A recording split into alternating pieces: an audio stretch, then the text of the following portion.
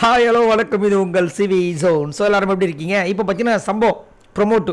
ஆக்சுவலாக இந்த ப்ரொமோட்டில் வந்த விஷயங்கள் எல்லாமே ப்ரொமோனுக்கு முன்னாடி நடந்த விஷயங்கள்.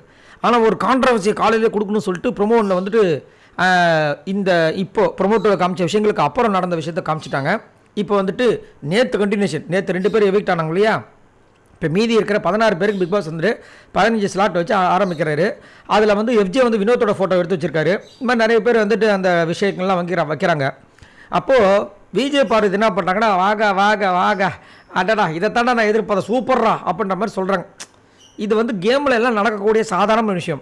உடனே சபரி அங்கேருந்து, பார்வதி இங்கே வாமா அப்படின்னு கூப்பிடும்போது, உனக்கு என்ன, நான் இங்கே தான் நிற்பேன், நான் எங்கே பேசுகிறேன் உனக்கு என்ன அப்படிம்போது, ஏன் அப்படின்னு சொல்லிட்டு அதுக்கப்புறம் நீ பேசு அப்படின்னு சொல்லிட்டு, அதாவது நம்ம முந்திரி கொட்டை இந்த ஒரு சில விஷயங்கள்லாம் வந்துட்டு முன்னாடி விஜய் பார்வதி திட்டணும். இப்போ நம்ம பிரவீன் காந்தி வந்து ஒரு கதையை சொல்லும்போது இவங்க வந்துட்டு சார் உங்களை பற்றி பேசுங்களேன் அப்படிங்கும்போது நம்ம எல்லாருமே திட்டணும். இதுனா முந்திரி கொட்டை தனமாக இருக்குன்னு. இப்போ சபரி ஏன் வந்து இதை மாதிரி வந்து ஒரு இதுலேயும் வந்துட்டு சபரி மட்டும் இல்லை, அந்த அன்புக்கு அங்கே வந்துட்டு விஜய் பார்வதி எது பண்ணாலுமே இப்போ ரூல்ஸ் இருக்கா, இவங்கெல்லாம் இங்கே நிற்கும் போது இது பண்ணும்போது அங்கே நிற்கக்கூடாதுன்னு இவங்களாம் ஒரு ரூலை க்ரியேட் பண்ணிக்கிட்டு அதை வந்துட்டு எல்லோரும் ஃபாலோ பண்ணணும் அப்படின்றாங்க. இது என்ன, இது பிக் பாஸ் கொடுத்த ரூலே ஃபாலோ பண்ணாமல் நிறைய பேர் வந்து டைட்டில் அடிச்சுட்டு போயிட்டாங்க. இவங்க என்னடான்னா இந்த மாதிரி வந்து அன்புக்கு அங்கே ஒரு ரூலை போட்டு டென்ஷன் பண்ணு. ஆனால் விஜய் பார்வதி போட்டு பொழக்கிறாங்க சபரியை. சபரி டென்ஷன் ஆகிறாப்புல. அப்போ ஓகேம்மா உங்ககிட்ட பேச முடியாது போ அவனு அந்த மாதிரி போடான்றாங்க.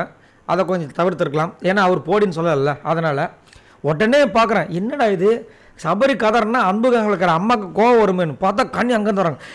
ஏம்மா விஜய் பார்வதி ஒரு ரூல் போட்டால் அதை நீ ஃபாலோ பண்ண மாட்டியாம்மா அப்படின்றாங்க அங்கேருந்து. ஏம்மா நீங்கள் முதல்ல ஒரு கேமை விளையாடுங்கம்மா. என்னத்த சொல்ல, இவ்வளோ பேர் இருந்தும் அந்த ப்ரொமோவில் பார்த்தீங்கன்னா 4 பேர் வந்துட்டு சூப்பர் டீலக்ஸ் ஃபேமிலி, மீதி 6 பேர் தான் வந்துட்டு இந்த ஃபேமிலி பிக் பாஸ் ஃபேமிலி.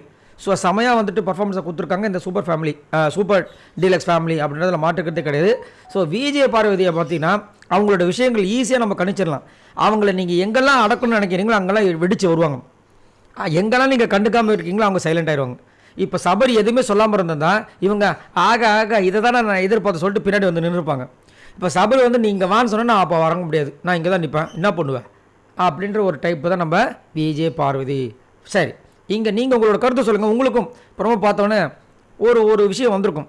இப்போ இதில் சொல்லுங்கள், சபரி சொன்னதில் தப்பே இல்லைங்க அப்படின்னா சபரிக்கு கமெண்ட்ஸில் சொல்லுங்கள் சபரி பண்ணதான் கரெக்டுன்னு. ஏங்க சும்மா எப்போ பார்த்தாலும் விஜய் பார்வதி கலாச்சிட்டு தான் அப்புறம் உங்கள் கோவம் வராதா அப்படின்னா விஜய் பார்வதிக்கு சப்போர்ட் பண்ணுங்கள். இவ்வளோ 2 பேர் நடக்கிற இடத்துல இந்த அம்மாவுக்கு என்ன வேலை கனிக்கு அப்படின்னா மறக்காமல் கீழே கனியை பற்றி கமெண்ட்ஸ் பண்ணுங்கள். உங்களோட கருத்துக்களை சொல்லுங்கள். பாய் நண்பர்களே, மறக்காமல் இந்த வீடியோக்கு லைக் தட்டி விடுங்க.